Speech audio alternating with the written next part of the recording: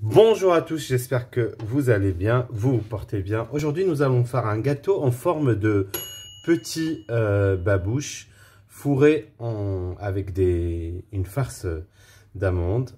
Donc, nous aurons besoin de 3 mesures de farine, un peu de maïzena, une mesure de beurre, un œuf, un peu de levure chimique, de la fleur d'oranger et un colorant pour colorer nos gâteaux. Bien évidemment, le colorant, c'est optionnel.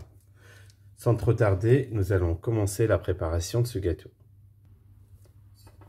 Alors, on met nos 2 mesures de farine.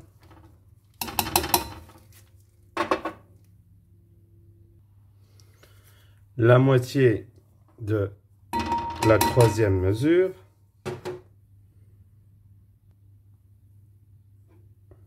On rajoute notre beurre il ne doit pas être fondu, il doit être juste ramolli à température ambiante.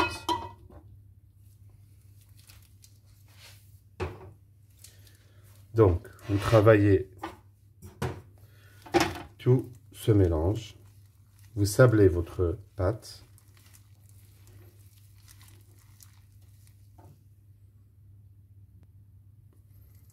Vous ajoutez l'œuf. Une fois que vous avez bien sablé, vous ajoutez l'œuf.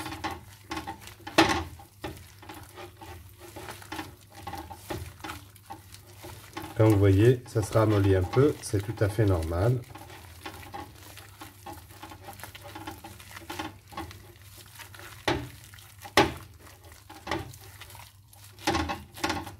À ce moment-là, vous ajoutez votre petite cuillère de levure chimique.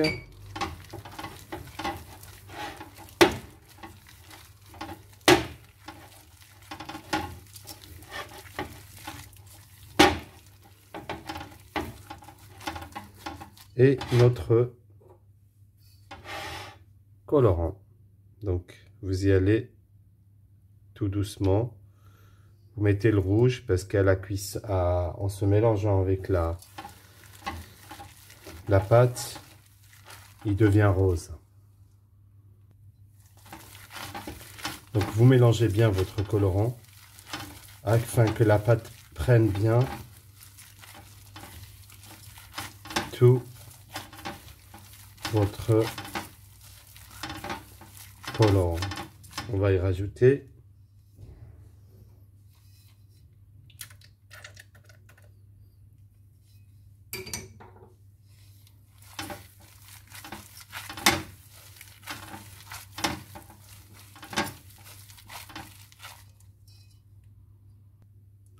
alors, à cette étape, ce stade du ramassage de votre pâte, vous mettez un peu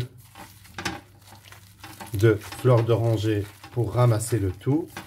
Et comme vous avez vu au début, nous avons mis 2,5 de farine. Donc, nous allons compléter tout ça avec une cuillère ou deux de maïzena, comme vous voyez. Ici, pour ramasser le tout, je vais mettre une cuillère ou deux et vous y allez tout doucement. Cette étape va donner du fondant à votre pâte. Votre pâte va être fondante avec la maïzena.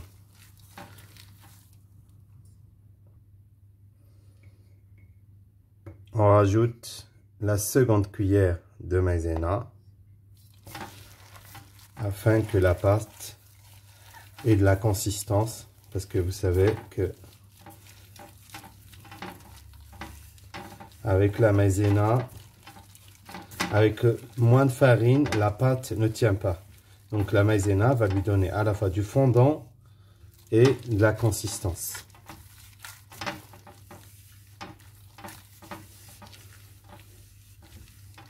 Voilà.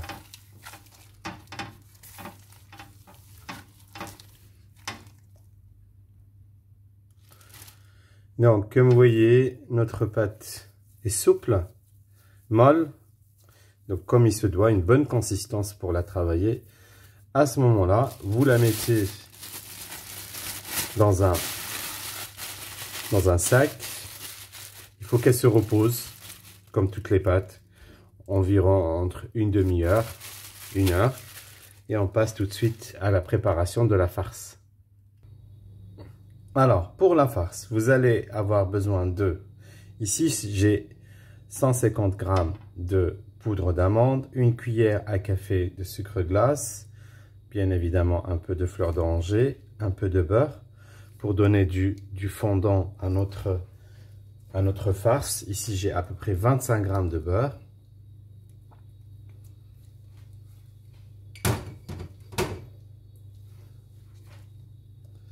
J'ai 25 g de beurre. Comme vous avez constaté, pour notre pâte, il n'y a pas de sucre parce que c'est un gâteau qui va être imbibé dans un peu de miel pour l'enrober dans soit des amandes concassées filées ou des noix de sésame ou de la pistache comme vous voulez.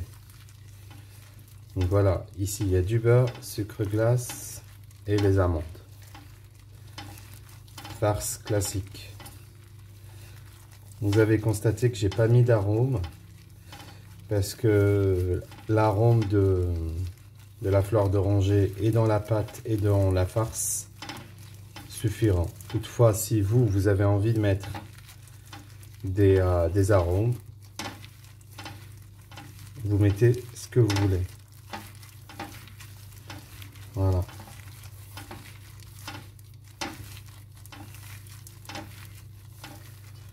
Et vous mettez un peu de fleur d'oranger pour amalgamer le tout.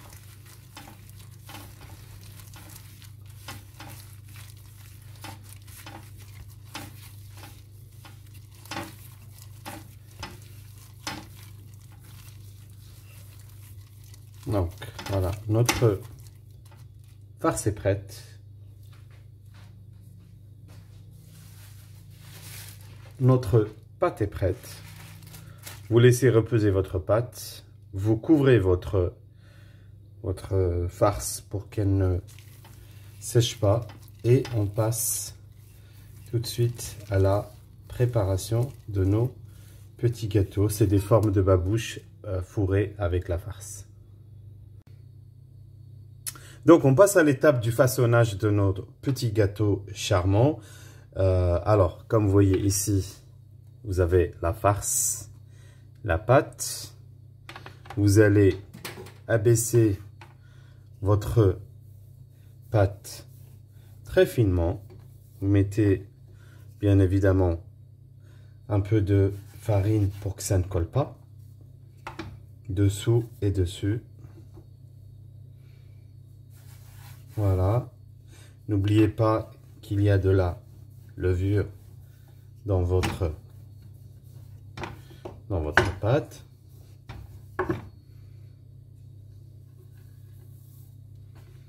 Et qu'elle est tendre, donc vous l'ouvrez tout doucement et vous la faites assez fine parce qu'elle va gonfler dans votre four. Donc, une fois que vous avez étalé votre pâte, vous prenez une forme comme celle-ci pour donner des formes à votre pâte et vous faites des petits carrés. Donc, en ce qui concerne la forme, vous prenez un carré avec lequel vous allez mesurer, ou vous coupez un petit carton, ou vous prenez un carré avec lequel vous allez mesurer toute votre pièce. Donc, ici, vous avez 2 carrés. Voilà. Vous aurez 2 options. Soit, vous faites une petite boule avec la farce et vous faites ainsi. Donc, vous rabattez le premier morceau, vous mettez un peu d'eau pour que ça colle et vous faites le second. Voilà. Ça, c'est une première option. La seconde option, vous prenez le second carré, vous faites une forme de boudin, vous le mettez au bout, pas au milieu, au bout, comme ça à peu près, à 1 cm de la fin de votre carré, et vous roulez. Vous mettez bien évidemment un peu d'eau pour que ça ne colle pas. Voilà. Alors, vous pouvez mettre une amande ici pour faire un rappel, mettre une petite boule dorée, ça vous revient.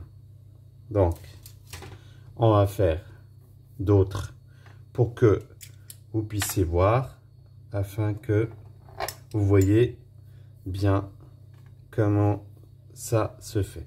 Donc, un boudin, vous mettez au bord, un peu d'eau, et un peu d'eau là, vous tournez,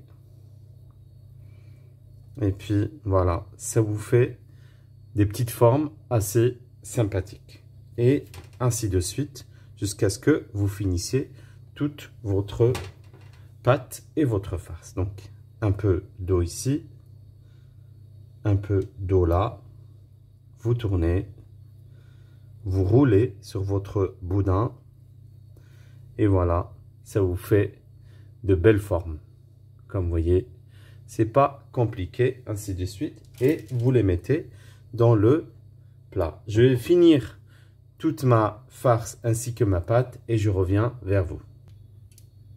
Bon, comme vous voyez, nos gâteaux ont été façonnés un par un. Faites attention de laisser une séparation entre chaque gâteau comme il y a de la levure, afin que ça ne colle pas. Vous les mettez à cuire. Pour ma part, je les ai mis, ou je les mettrai à chaleur tournante, 160 degrés, 10 minutes, pas plus. C'est un gâteau très très fin, il cuit très très vite, donc faites très attention. Ça dépendra de votre four et du type de chaleur que vous avez. Pour ma part, j'ai une chaleur tournante, donc c'est un gâteau qui cuira très très vite. Je vais le mettre à cuire et à la sortie du four, nous allons passer à l'étape de la décoration et l'étape finale. Comme vous voyez, nos gâteaux sont sortis du four, ils sont bien beaux, très peu cuits, donc faites très attention. Ça a cuit à peu près 20 minutes à 150 degrés. Mais comme je vous dis à chaque fois, c'est à surveiller. Ça dépend de votre four et de votre température. Nous allons passer à l'étape de la décoration, parce que c'est un gâteau qui ne peut pas rester nu comme ça. Et comme vous vous rappelez, dans la pâte, il n'y a pas de sucre. Donc on va les imbiber dans un petit sirop, un peu, pour leur donner un peu de sucré. Alors, pour la décoration de nos petits gâteaux, des formes de cônes, donc vous prenez un peu de miel dans lequel vous mettez 3 à 4 cuillères de fleur d'oranger afin que ça devienne un peu allégé. Comme vous voyez, c'est sirupeux, mais c'est liquide quand même. Il faut que ce soit comme un sirop. Il ne faut pas que ce soit trop épais, sinon vos gâteaux ils ne vont pas imbiber le liquide. Voilà, de cette texture-là. Un peu liquide. Donc, vous allez prendre votre gâteau que vous laissez s'imbiber un petit moment. Il faut quand même qu'il prenne un peu de miel. On va mettre le troisième. Et voilà, pour que vous puissiez bien voir. Laissez imbiber quelques minutes, pas plus de 2 je pense. Sinon ça va être trop moelleux et ça va se casser. Donc, et vous le trempez dans des amandes concassées. Voilà. Dans des amandes concassées.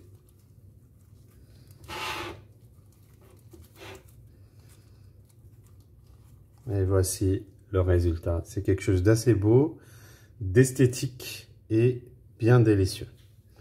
On les met à côté dans un plat.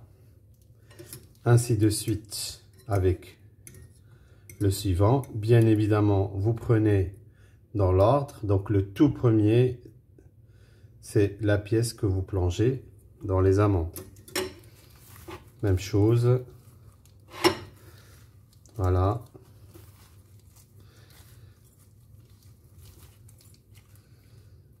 Voilà, ça c'est des amandes concassées que j'ai fait griller un peu au four et je les ai passées au mixeur. Troisième, et ainsi de suite. Vous faites toute votre quantité. Petite astuce, vous n'êtes pas obligé de passer vos gâteaux dans le miel, toute la quantité. Vous pouvez les sortir fur et à mesure. Parce que quand ils prennent le miel et qu'ils restent longtemps, ils peuvent changer à la fois de goût et faire un peu une petite mousse. Donc gardez-les dans une boîte hermétique bien fermée et vous les décorez en temps voulu. Pour changer un peu, ici j'ai des amandes effilées. Donc on va faire différemment pour avoir des looks différents. Voilà.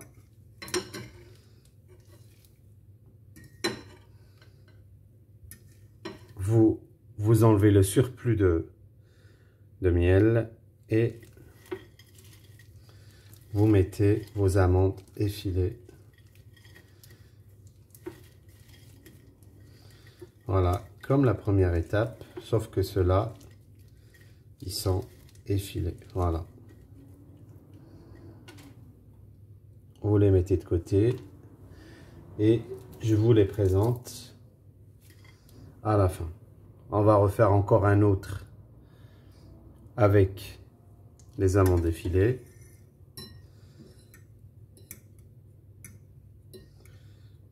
Voilà. Filtrez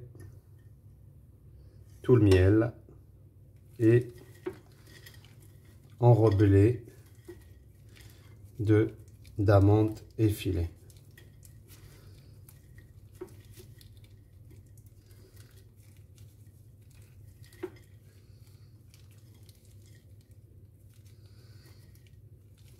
Nous allons passer à la présentation de ces mini cônes délicieux. Je vous dis à tout de suite. Comme vous voyez, nos jolis cônes sont prêts. Vous pouvez varier les couleurs par rapport aux farces. Comme vous voyez ici, je vous donne une petite astuce. Moi j'ai mis de la pistache. Vous pouvez mettre des cacahuètes, de la noix de coco. Vous pouvez varier les farces et varier les couleurs du vert et d'autres couleurs. Donc j'espère que cette recette vous aura plu et que vous allez la réaliser. Donc je vous souhaite bonne fête, saharitkum, et je vous dis à très bientôt.